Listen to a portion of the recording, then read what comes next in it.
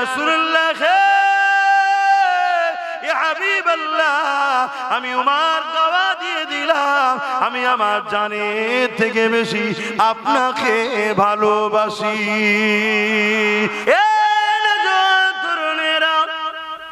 আল্লাহ নবী নূহ নবী দয়া নবী দুনিয়া জমিনে এসেছিলেন তোমাকে আমাকে সমস্ত খারাপ থেকে বাঁচিয়ে আল্লাহর জান্নাতের রাস্তা দেখাবার জন্য আল্লাহর জান্নাতের মানুষ বানাবার জন্য সেই নবী পাক সাল্লাল্লাহু আলাইহি ওয়াসাল্লাম কতটা তোমাকে আমাকে প্যার করেছে। আমার নবী পাক সারা জীবন তোমার আমার জন্য কেঁদেছে, যখনই কেঁদেছে তোমার আমার জন্য কেঁদেছে।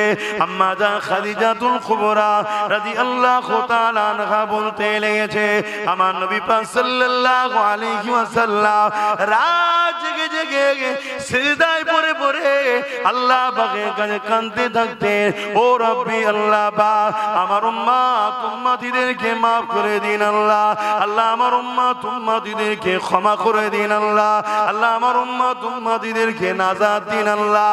এ যুবকেরা তরুণেরা বাপেরা যে নবী পাক তোমার আমার জন্য সারা জীবনটা কেঁদেছে সেই নবী পাকের দিনের জন্য তোমাকে আমাকে জান লাগলে জান মাল লাগলে মাল সবটা দিতে হবে, তবেই তো বিনিময়ে জান্নাতটা পাওয়া যাবে।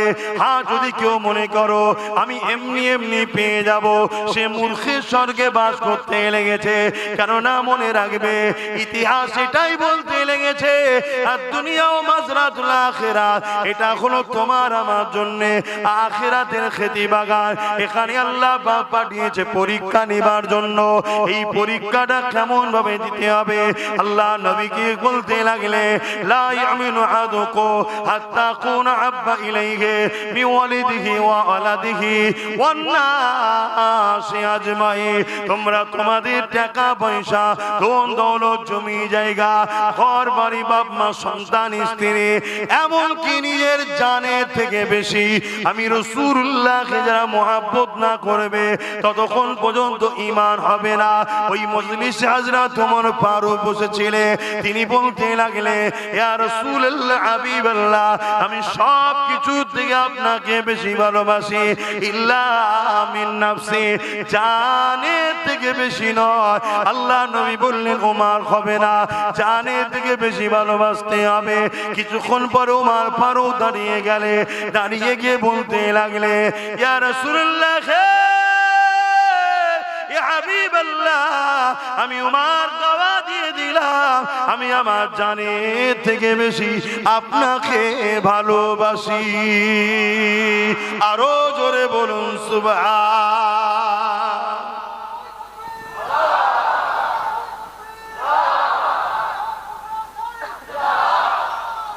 আল্লাহ আসেন আমি আমার আলোচনার দিকে ফিরে যাই।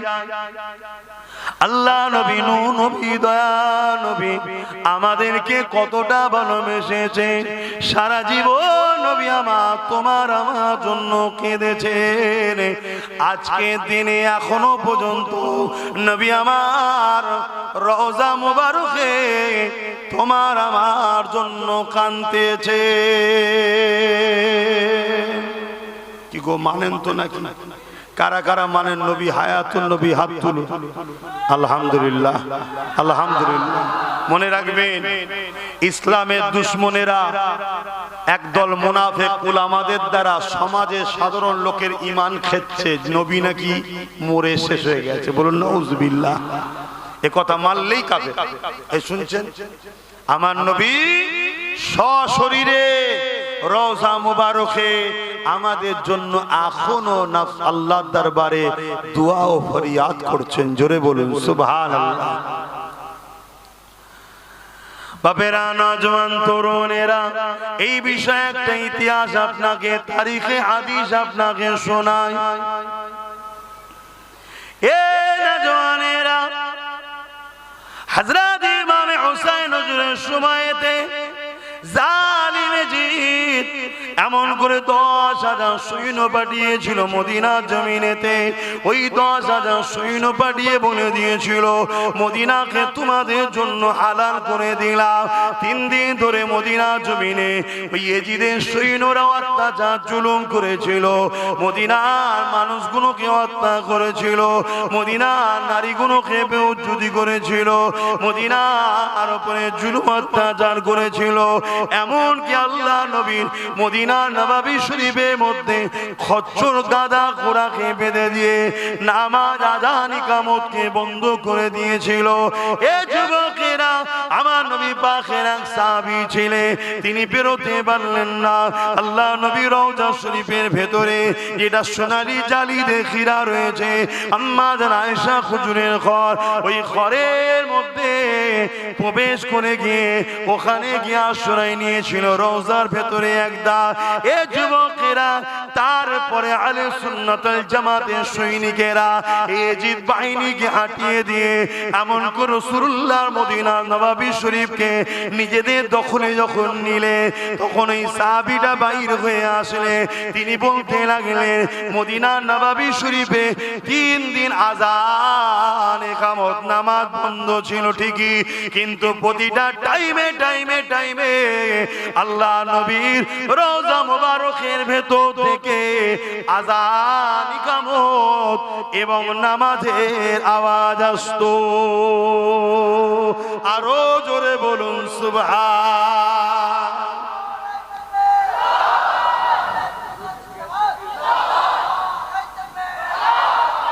আমার নবী হলেন আল্লাহর সবথেকে বড় নিয়ামত। জোরে বলুন সুবহানাল্লাহ।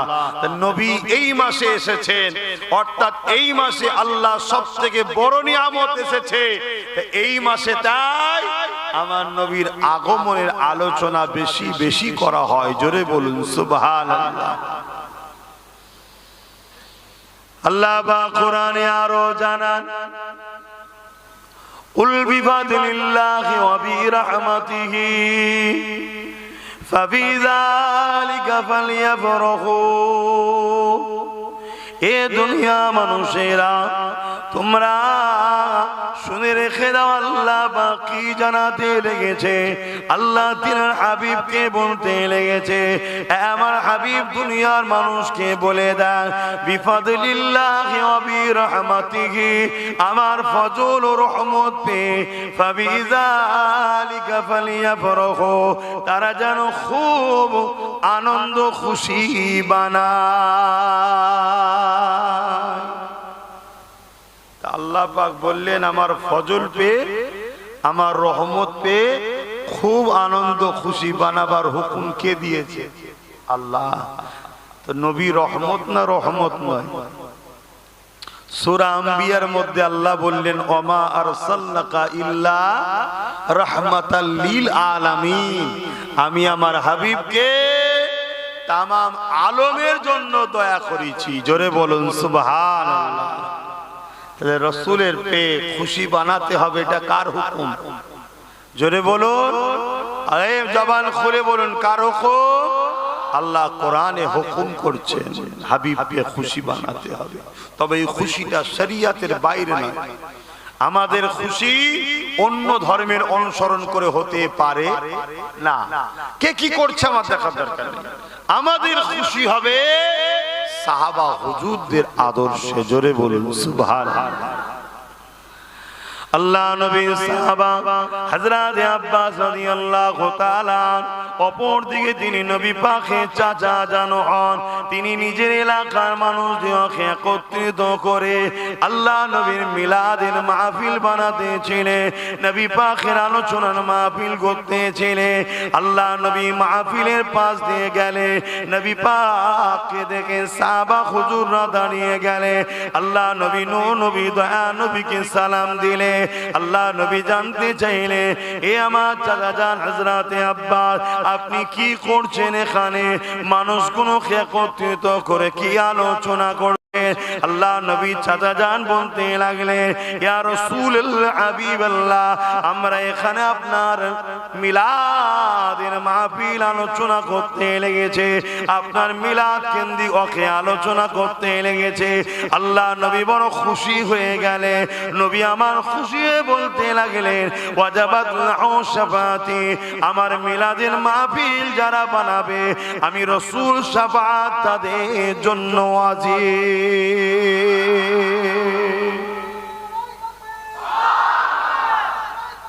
আল্লাহ নবীর মাকাম কত, শান কত, সেই নবী পাক সাল্লাল্লাহু আলাইহি সাল্লাম আমরা পেয়েছি, পেয়ে খুশি না বেজার গো? একটু সকলে বলুন না। যেটা আছে অন্তরে সেটাই মুখ দিয়ে প্রকাশ করুন, তবেই তো মুমিন। অন্তরে এক মুখে আর একে বলা হয় মুনাফিক। তো বলুন খুশি না বেজার? আল্লাহ কবুল করে, বলুন আল্লাহুম্মা আমিন। এই নবী পাক সাল্লাল্লাহু আলাইহি সাল্লাম এসে কত কষ্ট করে আমাদের কাছে ইনসাফ দিয়েছে, ইনসানিয়াত চিনিয়েছে, মানবতার রাস্তা দেখিয়েছে, নারীর অধিকারের রাস্তা দেখিয়েছে, গরিবের অধিকারের রাস্তা দেখিয়েছে, মা বাপের সম্মানের রাস্তা দেখিয়েছে। এক কথায় জুলুমকে খতম করে ইনসাফ প্রতিষ্ঠিত করেছে আমার নবী। জোরে বলুন সুবহানাল্লাহ। আল্লাহ নবী খোদ নিজের মিলাদ নিজে বানিয়েছে, অর্থাৎ মিলাদের শুকরিয়া আদায় করে আল্লাহ নবী প্রতি সোমবার দিন রোজা রাখতেন। সাহাবা হুজুররা জিজ্ঞাসা করলেন, ইয়া রাসূলুল্লাহ হাবিবাল্লাহ, আপনি সোমবার দিন কেন রোজা রাখেন? আল্লাহ নবী বলেছিলেন, এ বাবা সাহাবারা, এই সোমবার দিন আমি রাসূল আমার মিলাদ হয়েছে, অর্থাৎ আমি দুনিয়ায় আগমন হয়েছে, আমি আমার মিলাদের আগমনের দিনে শুকর আল্লাহ পাকের জন্য রোজা রেখে থাকি।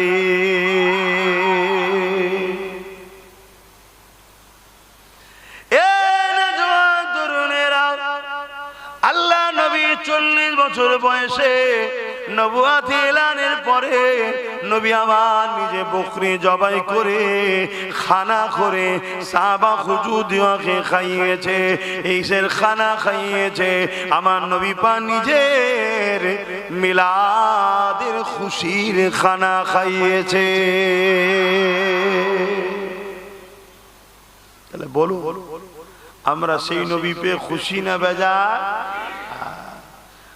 আমাদের জান মাল সবকিছু দিয়ে হুজুরকে ভালোবাসতে হবে, তবেই তো ঈমান।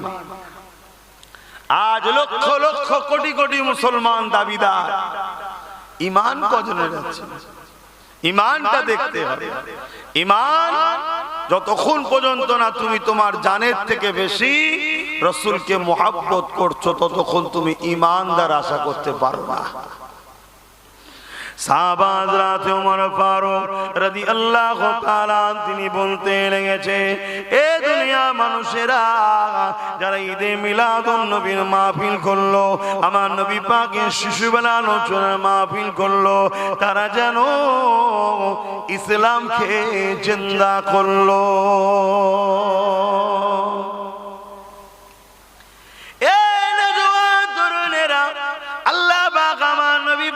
কি শান দিয়েছে, আমার নবী পাককে কি মর্যাদা, কি আজমত, কি মাকাম দিয়েছে। وقال ابو بكر الصديق من انفق درهما على قراءه مولود النبي صلى الله عليه وسلم كان رفيقي في الجنه।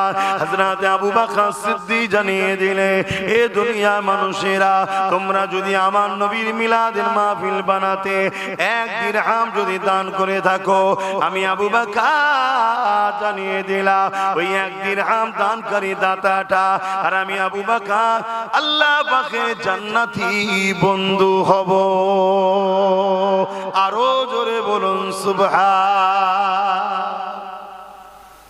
আমাদের মধ্যে অনেক সময় ধারণা হয় যে অনেক লোক আছে দান করে যারা শরিয়াতের হুকুমগুলো ঠিকভাবে মানতে পারে না, প্যান্ট শার্ট পরা হয়তো দাড়ি চেঁচে ফেলেছে, ভুল করেছে, এই ছেলেগুলো আবার কি করে সিদ্দিক আকবরের জান্নাতের বন্ধু হতে পারে, এটা আমাদের অনেকের ধারণা এসে যায়। আমরা ইতিহাস জানি না, আমরা শরিয়াতকে বুঝি না, এজন্য ধারণা আসে আমার আল্লাহ যাকে পছন্দ করে নেবে তাকে আল্লাহ জান্নাতের উঁচু মাকামে যাবার উপযুক্ত বানিয়ে তৈরি করি তারপরে তুলবে। জোরে বলুন সুবহানাল্লাহ। তাই কিসমত চমকানোর ব্যাপার, যদি একবার কিসমত চমকে যায় তাহলেই আমরা কামিয়াবি হয়ে যাব। আমার রাসূল পাক সাল্লাল্লাহু আলাইহি সাল্লামের মাকাম কত, যে নবীর মিলাদের মাহফিল বানানো কত সম্মানের কাজ, এবং সেই মাহফিলে সহযোগিতা করা কত সম্মানের কাজ। আজ বড় দুঃখ লাগে আমাদেরই ভাইরা শিক্ষার অভাবে হোক বা কোন ভুল রাস্তায় পড়ে যে হোক, অনেকের ধারণা রাসূলের মিলাদের মাহফিল করা যাবে না, সিরাতুন নবী করো। অবশ্যই সিরাতুন নবী অবশ্যই করতে হবে, কিন্তু আহলে সুন্নাত ওয়াল জামাআতের আকীদা সিরাত যার মিলাদও তার। সিরাত বলতে জীবনী, কোন জীবনী কারো লিখলে বললে বা বলতে গেলে সেই জীবনী কিনা শিশু বেলাটা বাদ দিয়ে কি জীবনী হয়? কথা বলো। এটা আশ্চর্যের বিষয় যে নবীর সিরাত মানেন, মিলাদ মানতে চান না।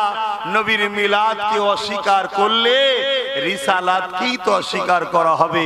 তাই সিরাত যার, মিলাদও তিনার, মিলাদ জিনার, সিরাতও তিনার। তাই সবটাই আহলে সুন্নাত ওয়াল জামাত, নবী ও সাহাবা হুজুরদের মাননেওয়ালা আমাদের আকীদা। জোরে বলুন সুবহানাল্লাহ।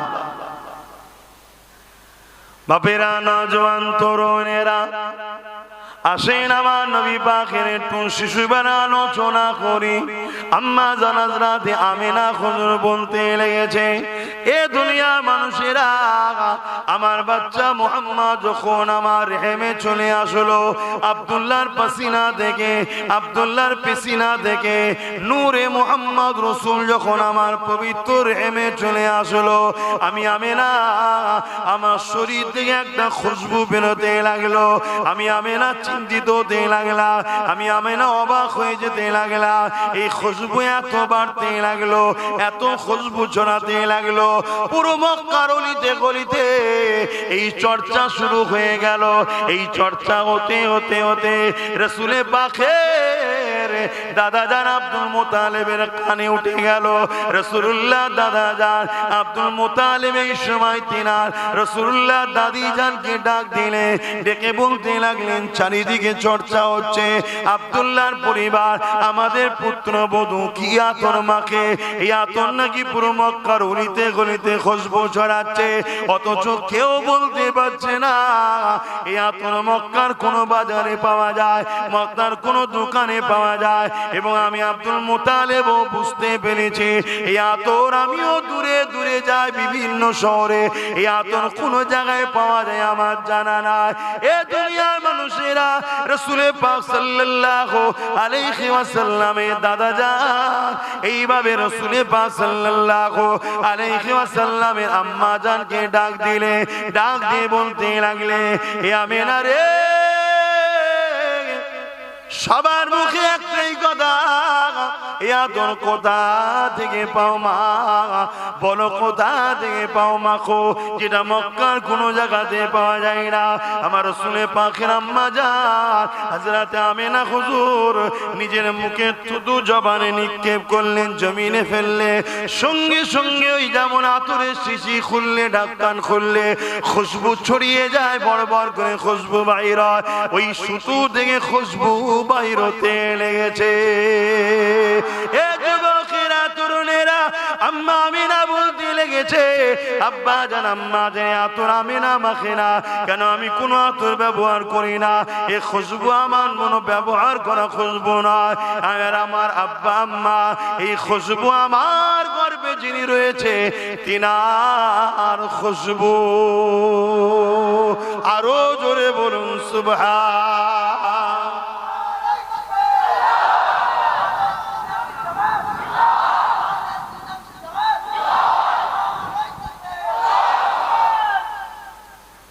আমার নবী কত বড় নিয়ামত বুঝতে পাচ্ছেন?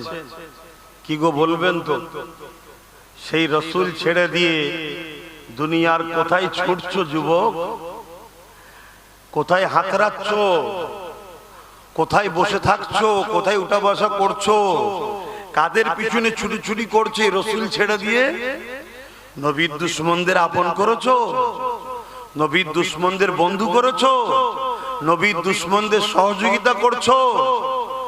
যারা তোমার নবীর দিনকে মিটাতে চাইছে, যারা তোমার নবীর শানে গুস্তাখি করে, ছোট বড় কথা বলে, নবীর মিলাদের মাহফিলকে মিটিয়ে দিতে চায়, নবীর দিনকে মিটিয়ে দিতে চায়, তাদের সঙ্গে যুবক উঠা বসা করো। হাতটাকে আমার নবীর যারা বিরোধী করছে, মাফ করবেন ভাষা খারাপ লাগলে কিছু করার নেই। তাদের শরীরের দুর্গন্ধে কাউকে যদি জেন ধরে, ওই জেন পর্যন্ত ছেড়ে পালাবে। সেরকম কিছু জালিম শয়তান আমার নবীর বিরোধী করছে না, করেন? আর আমরা মুসলমান ঘরের যুবক, এই তুমি ওখানে গাছে হেলান দিতে নিয়েছি, কি দুঃখ তোমার মনে? জন জন ছেলে, বস, এইটাই তো দুঃখ। তোমরা মাছানে বসো, চায়ের দোকানে বসো, ক্লাবে বসো, পার্টি অফিসে বসো, ফুটপাতে বসো, সিনেমা, যাত্রা, গান যেখানে বসতে নিষেধ করেছে সেখানেও বসো। হাইরে যুবক, কাদের পাল্লাই পড়ে গেলে? তোমার নেতার আলোচনার মাহফিলে বসবে না? এখানে বসা তোমার নসিবে হচ্ছে না? এখানে বসতে তোমার দিল চাইছে না? এখানে বসলে তোমাকে শয়তান অসহসাদে তুলে দিচ্ছে, এখান থেকে তোমাকে দূরে সরিয়ে রাখছে। তোমার কি ভয় হয় না? তোমার তো মৃত্যু এক্ষুনি হয়ে যেতে পারে। তোমার কবরে তো কেউ যাবে না, তোমার আব্বা আম্মা নেতা নেত্রী কেউ যাবে না, তোমার কবরে নূর নবী আসবে। জোরে বলুন সুবহানাল্লাহ। তুমি যদি দুনিয়ায় নূর নবীর হও, নবী তোমাকে কবর থেকে জান্নাত পর্যন্ত নিয়ে যাবার দায়িত্ব। জোরে বলুন সুবহানাল্লাহ। আর তুমি যদি দুনিয়ায় রাসূলের না হও, তা তোমার কি দশা হবে?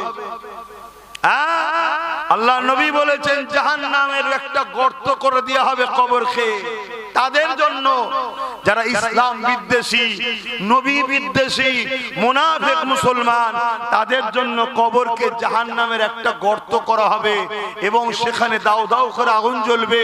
99টা সাপ দেওয়া হবে, এক একটা সাপের দুটো করে মুখ থাকবে। দুনিয়াতেও দুমুখো সাপ দেখেছো না? দেখো, একটু ভয় করো যুবক। আমার নবীর কোন কথা পৃথিবীর কেউ মিথ্যা প্রমাণ করতে পারেনি। আমার কোরআনের কোন কথা পৃথিবীর কেউ মিথ্যা প্রমাণ করতে পারেনি।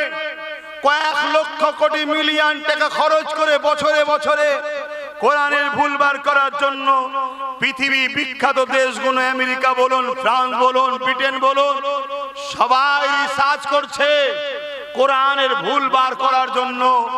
শোনো বন্ধুরা, কেউ 20, কেউ 30 বছর রিসার্চ করে তারা বলতে লেগেছে কোরআনের তো ভুল নাই, আমার একটা ভুল পেয়েছি, ওই ভুল হলো কোরআন না মেনে আছি। তাই আজ আমি কথা দিলাম, কোরআন মেনে নিলাম। জোরে বলুন সুবহানাল্লাহ। সেই ঘরের সন্তান তোমরা, সেই ঘরে আল্লাহ তোমাদেরকে পাঠিয়েছে। আজকে তোমাদের আদর্শ কি? তোমাদের বসার জায়গা কোথায়? তোমাদের করণীয় কি? তোমাদের কাজ কি? কি জন্য আল্লাহ দুটো হাত দিল? কি জন্য কান দিল? কি জন্য চোখ দিল? কি জন্য জবানে কথা দিল? কি জন্য পা দিল? কি জন্য জিন্দেগি দিল? কি জন্য ভালো মন্দ বুঝার জন্যই তো দিমাগ দিল। এখনো পেও যদি তুমি সঠিক রাস্তায় না চলো, তাহলে তোমাকে আমাকে মুনাফিক বলা হবে। আর মুনাফিকের ঠিকানা জাহান্নামের কঠিন নির্মমতম জায়গায়।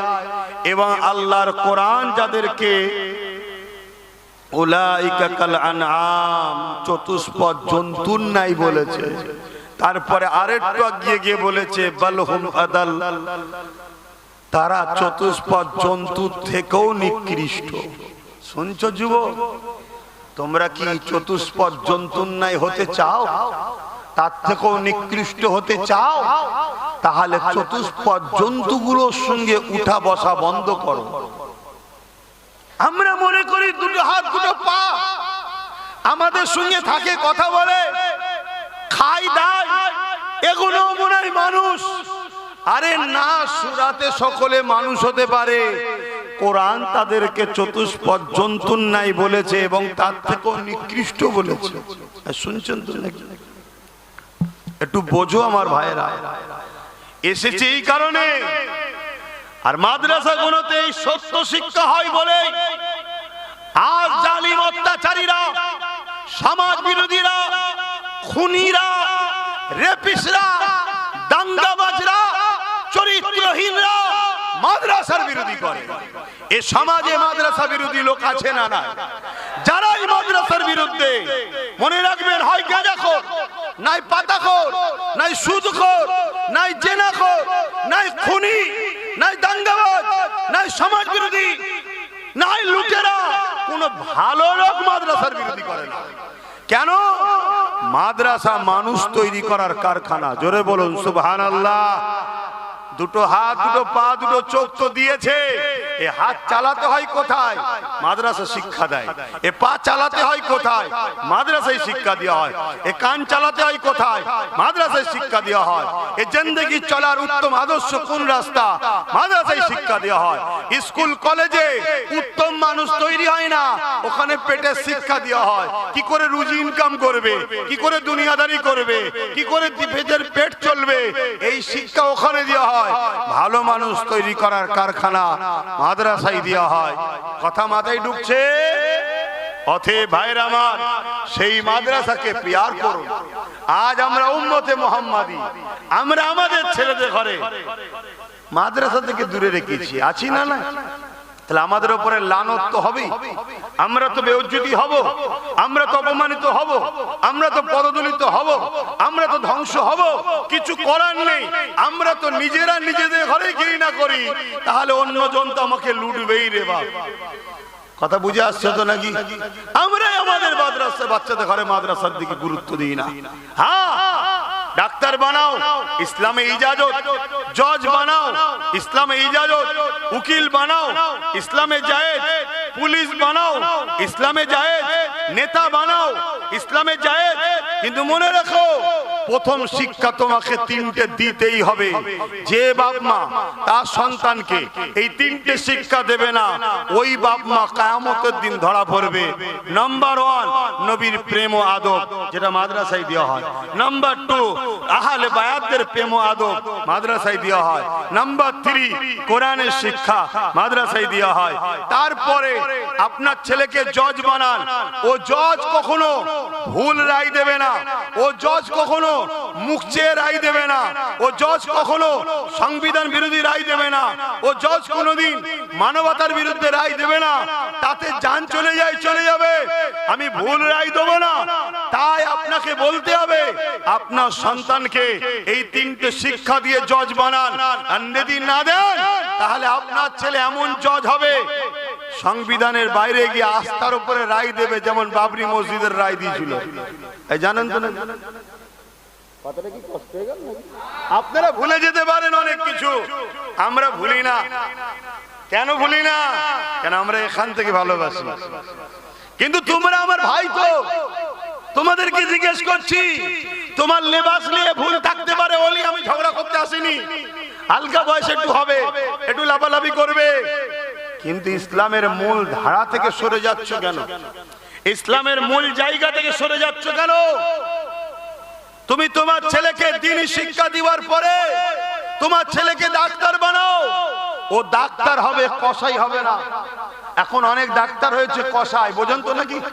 3 দিন আগে মারা গেছে, তারপরেও তাকে অপারেশন করেই যাচ্ছে আর পয়সা লুটেই যাচ্ছে। এরকম কসাই আছে না? না।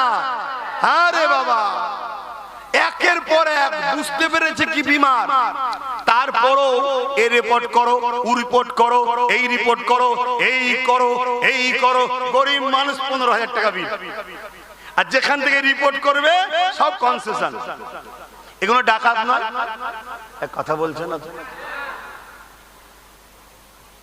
মনে রাখবেন, যদি তোমার ছেলেকে দ্বীনি শিক্ষা দাও আর তারপরে ডাক্তার বানাও, ও ছেলে কিন্তু এরকম হবে না, ওর মধ্যে আল্লাহর ভয় থাকবে। তারপরে তোমার ছেলেকে দ্বীনি শিক্ষা দাও, দিবার পরে তোমার ছেলেকে ডাক্তার বানাও, তোমার ছেলের হাতে কোনোদিন এই তিলক তোমার মতো কোনো বোন রেপ হবে না। আর যদি তোমার ছেলেকে দ্বীনি শিক্ষা না দিয়ে ডাক্তার বানাও, ও কত তিলক তোমাকে জানলে নেবে। জানেন তো তিলক তোমাকে ভুলে গেছেন নাকি? ভুলে গেছে? এখন কারো মনে হতে পারে অমুসলিম মেয়ের কথা আপনি ধর্ম সবাই বলছেন কেন? তুই ধর্মটাকেই তো বুঝলি না। ধর্ম তো মানুষকে ভালোবাসার নাম। তার ধর্ম কি সে জবাব দেবে, আমার ধর্ম কি আমি জবাব দেব? সে আমার বোন হয়, সে মানুষ, সে নারী জাত, মায়ের জাত, সে বাপ আদম মা হাওয়ারই সন্তান। তাকেও ভালোবাসা, তার জন্য কষ্ট পাওয়া, এটা একটা ইমানেরই পরিচয়। জোরে বলুন সুবহানাল্লাহ। যার দিলে এই নারীদের উপরে বা তিলোত্তমা হোক আর মুসলিম না যেই হোক, কোন নারীর উপরে জুলুম হবে, যার দিলে ব্যথা নেই, তার মধ্যে ইমান কিসের হবে? এই শুনছেন তো নাকি? হ্যাঁ, যদি ভুল করি এত সব লেগিয়ে বসে আছে, দেখো না, বাপ রে বাপ। চলো ডাকো না এক জায়গায় বসে, একটু মুনাজেরা হোক। কি বাইরে বাইরে চিল্লে লাভ নেই, চলো না দেখি, বসে এক জায়গায় ডিবেটে মুনাজেরা হবে। ভাইরা আমার, ছেলেকে দ্বীনি শিক্ষা দেন, দিবার পরে পুলিশ বানান। আপনার ছেলে যখন দ্বীনি শিক্ষা শিখে পুলিশ হবে, ওই ছেলে কখনো ঘুষখোর হবে না, ওই ছেলে কখনো সমাজ বিরোধী হবে না, ওই ছেলে কখনো মিথ্যা কেস দেবে না।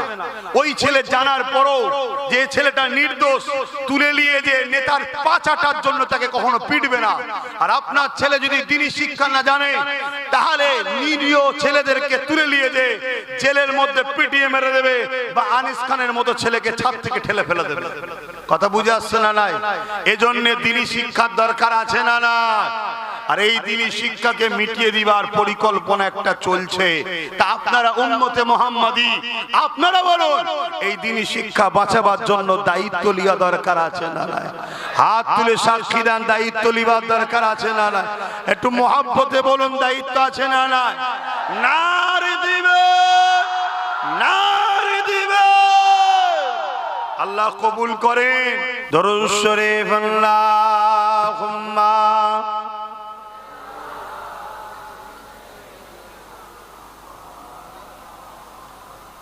ওয়ালা আলি সাইয়্যিদিনা।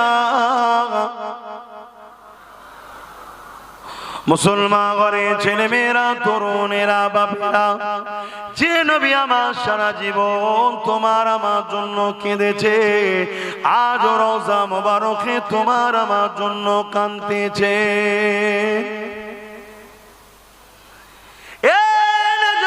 তরুণেরা, আল্লাহ নবী, নূর নবী, দয়া নবী দুনিয়া জমিনে এসেছিলেন তোমাকে আমাকে সমস্ত খারাপ থেকে বাঁচিয়ে আল্লাহর জান্নাতের রাস্তা দেখাবার জন্যে, আল্লাহর জান্নাতের মানুষ বানাবার জন্যে। সেই নবী পাক সাল্লাল্লাহু আলাইহি ওয়াসাল্লাম কতটা তোমাকে আমাকে পেয়ার করেছে। আমার নবী পাক সারা জীবন তোমার আমার জন্য কেঁদেছে। যখনই কেঁদেছে তোমার আমার জন্য কেঁদেছে। আম্মা জান খাদিজাতুল কুবরা রাদিয়াল্লাহু তাআলা আনহা বলতে লেগেছে, আমার নবী পাক সাল্লাল্লাহু আলাইহি ওয়াসাল্লাম রাত জেগে জেগে সিজদায় পড়ে পড়ে আল্লাহ পাকের কাছে কাঁদতে থাকতেন। ও রব্বি আল্লাহ পাক, আমার উম্মত উম্মতিদেরকে maaf করে দিন আল্লাহ। আল্লাহ আমার উম্মত উম্মতিদেরকে ক্ষমা করে দিন আল্লাহ। আল্লাহ আমার উম্মত উম্মতিদেরকে নাজাত দিন আল্লাহ। এ যুবকেরা, তরুণেরা, বাপেরা, যে নবী পাক তোমার আমার জন্য সারা জীবনটা কেঁদেছে, সেই নবী পাকের দিনের জন্য তোমাকে আমাকে জান লাগলে জান, মাল লাগলে মাল, সবটা দিতে হবে, তবেই তো বিনিময়ে জান্নাতটা পাওয়া যাবে। হ্যাঁ, যদি কেউ মনে করো আমি এমনি এমনি পেয়ে যাব, সে মূর্খের স্বর্গে বাস করতে লেগেছে। কেননা মনে রাখবে, ইতিহাস এটাই বলতে লেগেছে, আর দুনিয়া ও মাজরাতুল আখিরাত, এটা হলো তোমার আমার জন্য আখিরাতের খেতি বাগান। এখানে আল্লাহ পাক পাঠিয়েছে পরীক্ষা নেবার জন্য। এই পরীক্ষাটা কেমন ভাবে দিতে হবে, আল্লাহ নবীকে বলতে লাগলে লা ইয়ামিনু আহাদুকুম হাত্তা কুনা আব্বা ইলাইহি মিন ওয়ালিদিহি ওয়া ওয়ালাদিহি ওয়ান নাসি আজমাইন। তোমরা তোমাদের টাকা পয়সা, ধন দৌলত, জমি জায়গা, ঘর বাড়ি, বাপ মা, সন্তান, স্ত্রী, এমনকি নিজের জানের থেকে বেশি আমি রাসূলুল্লাহকে যারা মহব্বত না করবে ততক্ষণ পর্যন্ত ঈমান হবে না। ওই মজলিসে হযরত ওমর ফারুক বসেছিলেন, তিনি বলতে লাগলেন ইয়া রাসূলুল্লাহ, হাবিবাল্লাহ, আমি সব কিছু থেকে আপনাকে বেশি ভালোবাসি, ইল্লা মিন নাফসি, জানের থেকে বেশি নয়। আল্লাহ নবী বললেন ওমর হবে না, জানের থেকে বেশি ভালোবাসতে হবে। কিছুক্ষণ পর ওমর ফারুক দাঁড়িয়ে গিয়ে বলতে লাগলে ইয়া রাসূলুল্লাহ, ইয়া হাবিবাল্লাহ, আমি ওমর দাওয়া দিয়ে দিলাম আমি আমার জানের থেকে বেশি আপনাকে ভালোবাসি। আরো জোরে বলুন সুবহান।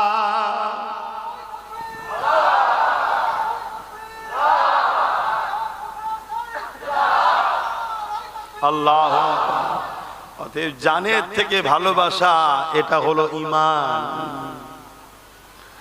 আজকে আমরা সেই কাজ করতে পারছি কি? নিজের বিবেককে প্রশ্ন করুন। কেননা আমরা হাজারো জায়গায় অর্থ খরচ করি, প্রয়োজন আছে করতে হবে, প্রয়োজনীয় জায়গায় করাটাও খারাপ নয়, ভালো। তবে ইসলামে প্রতিষ্ঠানগুলোকেও বাঁচাবার জন্য আমাদেরকে খেয়াল করতে হবে। কেন আমাদের প্রতিষ্ঠানে কোনো সরকারি ভাবে কেউ অনুদান দেয় না, কথা বুঝে আসছে তো নাকি? হ্যাঁ, আমরা নিজেরা করি, কিন্তু দুঃখের বিষয় আমরা সব জায়গা ছেড়ে দেওয়ার জন্য আমরা মেহনত করে তৈরি করব মাদ্রাসা, আর অন্যজনকে জায়গা ছেড়ে দেওয়ার জন্য সমাজ বিরোধীরা আগিয়ে এসে বসে ক্ষমতার জোরে আইন তৈরি করে আমার মাদ্রাসা সিল করবে, আমাদেরই মাদ্রাসায় তালা মারবে, আমাদেরই মাদ্রাসা মসজিদকে মিটাবার জন্য আইন তৈরি করবে। এর জন্য সম্পূর্ণ দোষী আমাদের মুসলিম উলামাদের মধ্যে যারা বলে আমরা রাজনীতি করি না, এই গাদ্দারগুলো সবচেয়ে বড় দোষী। কথা বুঝে আসছে না? নাই, যেমন পানি ছাড়া মাছ বাঁচে না, পানি ছাড়া মাছ বাঁচে না, রাজনীতি ছাড়া মানুষ বাঁচতে পারে না। কেউ কাউকে সাপোর্ট করছে, ওটাও একটা রাজনীতি। কথা বুঝে আসছে না? নাই, কিন্তু আমাদের খেয়াল করা দরকার এমন লোকের পক্ষে আমরা থাকবো যে আমার ধর্মের উপকার তাকে করতে হবে না। কারণ আমার দেশ সর্বধর্মের দেশ, দেশের সংবিধান কারো ধর্মকে প্রমোট করার বা ধর্মের বিরোধী করার ইজাজত সংবিধান ক্ষমতা রাষ্ট্রকে দেয়নি। অতএব কমসে কম যেন বিরোধী না করে, এটাও আমাদের খেয়াল রাখা দরকার আছে না? না, কিন্তু আমরা তা রাখি না। আমরা কি করি? আমরা দূরে এত সরে গেছি, বা আমার সমাজকে এত দূরে সরিয়ে দিয়েছি, মুনাফিক মুসলমান আর ইসলামের দুশমন এক হয়ে গেছে। এক হয়ে গিয়ে তারা এই সব করে বেড়াচ্ছে, যা খুশি তাই করছে, করতে করতে করতে এবারে টার্গেট করেছে ইসলামকে মিশে দেবো। আমার ভারতও চলছে না, চলে না? জোরে বলেন, আমি মিথ্যা বলছি না, সত্য বলছি। আওয়াজ দিয়ে বলবেন, জবানে হক কথা না বললে কিয়ামতের দিন আল্লাহ বুবা শয়তান করে তুলবে। আওয়াজ দিয়ে বলুন, আমার দেশও ইসলামের বিরুদ্ধে ষড়যন্ত্র চলছে, হ্যাঁ কি না? আওয়াজ আরো জোরে, হ্যাঁ কি না? আর আমার রাজ্য তো এই ষড়যন্ত্র চলছে, হ্যাঁ কি না? এই তো কদিন আগে দুর্গাপুরে আমার রাজ্য সরকারের রাজ্যে বোলডুজার দিয়ে মাদ্রাসা ভেঙে দেওয়া হয়েছে, জানেন না? জানেন না? তাহলে এটা আমাদের দোষ আছে না? না, সম্পূর্ণ দোষ আমাদের। আমরাই ভুল করছি, আমরা ভুল করেছি। আমি হুজুর, আমি নেতা হব না, বসবো না, কিন্তু আমার তো মাথায় রাখা দরকার যে আমাদেরও পার্টিসিপেট দরকার, ভাগিদারি দরকার, আমাদেরও লোক থাকা দরকার। কি দরকার আছে না? না, এটা হুজুর হিসেবে আমার ভাবা দরকার নয়? হ্যাঁ, আল্লাহ আসতে আমরা জায়গা ছেড়ে দিয়েছি। 2 নম্বর মুনাফিক মুসলমান কিছু দেখা চাই, দেখো মুসলমান তো এই তো রয়েছে, অথচ প্রকাশ্য দুশমনের থেকেও খারাপ। প্রকাশ্য দুশমন এই মুনাফিক মুসলমান গুলো তাদের থেকেও খারাপ। সেই রকম সব 2 নম্বর গুলোকে রেখে দিয়েছে। যখন আমার মসজিদের বিরুদ্ধে কথা হয়, মাদ্রাসার বিরুদ্ধে কথা হয়, তখন সেসব মুনাফিক মুসলিম নেতাদের মুখে কথা পাওয়া যায় না। শুনছেন তো নাকি? আর যখন তার দলের বেঈমান নেতা নেত্রীর বিরুদ্ধে কেউ বলে, তখন এই মুসলমান গুলো ঘর ভাঙে, কেস দেয়, কি করে না। অতএব এরা গাদ্দার মুসলিম সমাজের। অতএব এই গাদ্দার গুলোকে চিনা দরকার। আল্লাহ রসুল বলেছেন প্রকাশ্য ইসলামের দুশমনের থেকেও এই মুনাফিক গাদ্দার গুলো আরো ভয়ঙ্কর। তো যাক, আল্লাহ নবীর ঘর তৈরি করছেন। আল্লাহ আপনাদের চেষ্টা মেহনতকে কবুল করে, বোন আল্লাহুম্মা আমিন। শুনছো যুবক, তোমাদের গাফলতির জন্য আজকে মসজিদ মাদ্রাসা বিপদের মুখে, তোমাদের গাফলতি। আসো, যা ভুল করেছো, আগামী দিন শক্তি তৈরি করো। লোহা না হলে লোহা কাটা যায় না, এটাকে মাথায় রেখো। আসেন আমি আমার আলোচনার দিকে ফিরে যাই। আল্লাহ নবী, নূহ নবী, দয়া নবী আমাদেরকে কতটা ভালোবেসেছে। সারা জীবন নবী আমার তোমার আমার জন্য কেঁদেছেন। আজকে দিনে এখনো পর্যন্ত নবী আমার রওজা মুবারকে তোমার আমার জন্য কাঁদতেছে। কি গো, মানেন তো নাকি? কারা কারা মানেন নবী হায়াতুন নবী? হাত তুলুন। আলহামদুলিল্লাহ, আলহামদুলিল্লাহ। মনে রাখবেন, ইসলামের দুশমনেরা একদল মুনাফিক উলামাদের দ্বারা সমাজের সাধারণ লোকের ঈমান খেচ্ছে, নবী নাকি মরে শেষ হয়ে গেছে। বলুন নাউজুবিল্লাহ। এ কথা মানলেই কাফের। এই শুনছেন, আমার নবী সশরীরে রওজা মুবারকে আমাদের জন্য এখনো আল্লাহর দরবারে দোয়া ও ফরিয়াদ করছেন। জোরে বলুন সুবহানাল্লাহ। বাপেরা, নওজওয়ান তরুণেরা, এই বিষয়ে একটা ইতিহাস আপনাকে, তারিখে হাদিস আপনাকে শোনাই। এ নওজওয়ানেরা, হযরত ইমাম হুসাইন হুজুরের সময়তে জালিম জিদ এমন করে 10,000 সৈন্য পাঠিয়েছিল মদিনার জমিনেতে। ওই 10,000 সৈন্য পাঠিয়ে বলে দিয়েছিল, মদিনাকে তোমাদের জন্য হালাল করে দিলাম।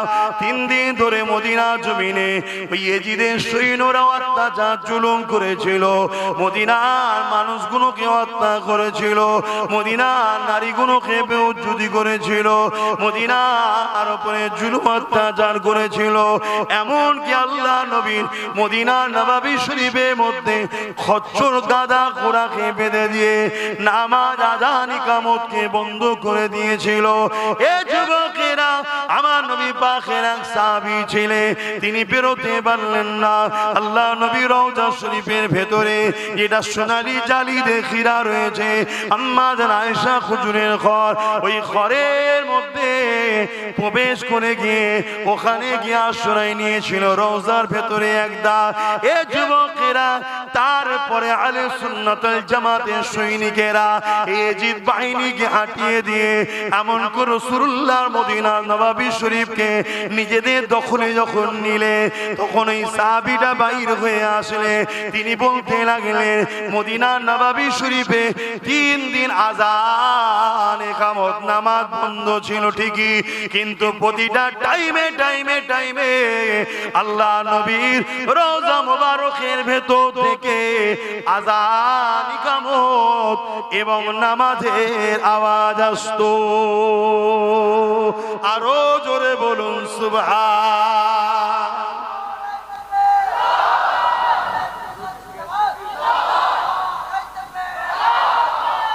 তাহলে বলুন, আমার নবী হায়াতুন নবী। সবাই বলুন আমার নবী।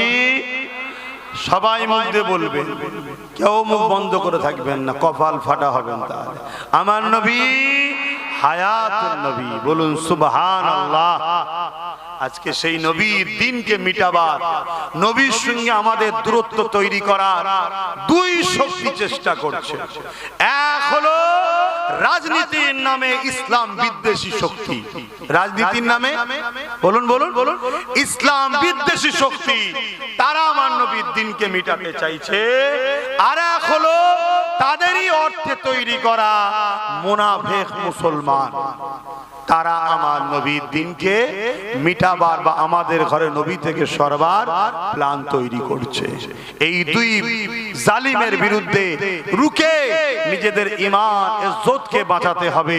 পাশাপাশি রাজনীতির নামে যে জালিম ইসলাম বিদ্বেষী শক্তি মাথাচাড়া দিচ্ছে, লোহা না হলে লোহা কাটা যায় না, সেই শক্তিকে রুখার জন্য আমাদেরকেও অংশগ্রহণ করা দরকার আছে না নাই? জোরে বলুন আছে না না?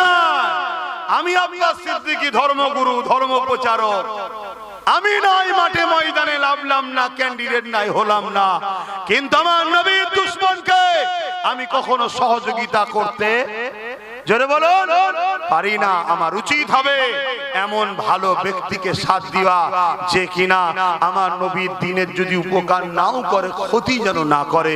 সে মুসলমানও হতে পারে, অমুসলিমও হতে পারে। অনেক অমুসলিম আছে যারা আমার নবীর দিনের ক্ষতি করে না, দিন মানে না, সেটা তার রুচি, তার পছন্দ, তার আস্থা তার কাছে, ওটা নিয়ে আমার তার বিরুদ্ধে কোনো কথা জোরে বলুন না।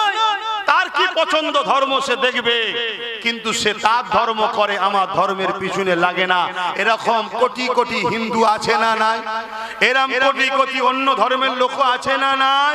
তাদের বিরুদ্ধে কোন রকম আমাদের কোনো বক্তব্য, কোনো লড়াই কিছুই নাই। তারা মানুষ, আমরাও মানুষ, ভাই ভাই মিলেমিশে থাকবো, ঠিক না বেঠিক?